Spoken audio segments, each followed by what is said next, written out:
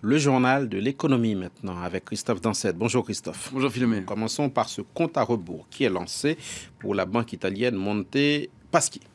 Le gouvernement italien a jusqu'à demain soir pour détailler son plan de sauvetage, un plan qui coûtera finalement plus cher à l'État que ce qui était prévu. C'est ce qu'a annoncé la Banque d'Italie hier soir. Les explications de Cécile Adobati.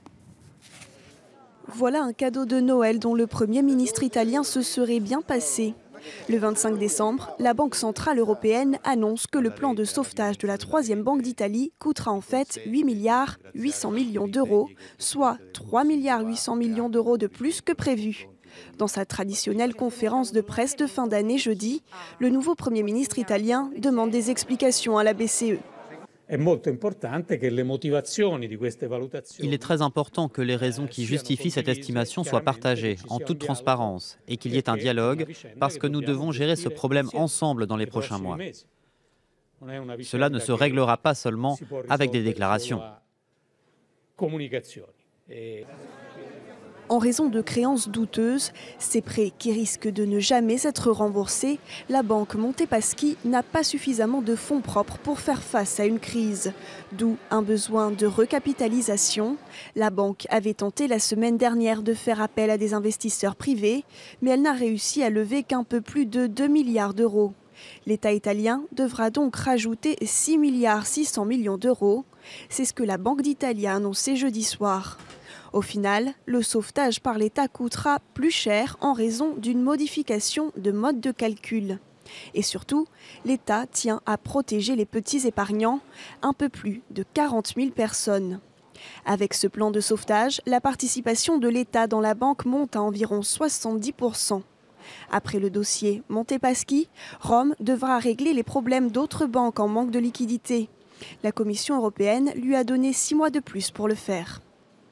Et nous passons au marché financier, Christophe. Quelle est la tendance en Europe? Les marchés viennent d'ouvrir. Un peu à l'image de la semaine, c'est le calme plat. Les investisseurs ne semblent pas vouloir prendre de risques pour cette dernière journée de l'année. Toutes les bourses européennes ouvrent à l'équilibre, vous le voyez, en très léger repli. Mais sur l'ensemble de l'année, les gains sont très importants. Le FTSE à Londres qui a battu son record cette semaine, aura fait un bond autour de 14% si la tendance devait se poursuivre. Je précise que la bourse de Londres ferme un peu plus tôt. D'ailleurs, aujourd'hui, signe que c'est calme. Et le CAC 40, comme le DAX, font des forts bons, 6% pour le DAX. Et si la journée reste aussi calme qu'elle est actuellement, le CAC 40 devrait gagner plus de 4%. Dernière journée de l'année pour les bourses, parce que le dernier jour, c'est demain 31. Christophe Dansette. Une première mondiale, à partir du 1er janvier, les salariés français vont avoir le droit de se déconnecter. C'était l'une des mesures de la loi travail, le droit à la déconnexion. Ça signifie qu'on ne sera plus obligé de répondre à ses emails ou à ses SMS en dehors de ses heures de bureau. Il faut savoir qu'actuellement, près d'un Français sur deux le fait, justement, répond à ses mails le soir, le week-end. Dans un premier temps, seuls les salariés des entreprises employant plus de 50 personnes sont concernés. Les précisions de Johanna Jaco-Albrecht. Un mail professionnel un dimanche après-midi ou un texto au milieu de la nuit. En France, 45% des salariés ne décrochent pas complètement et travaillent régulièrement pendant leur temps personnel.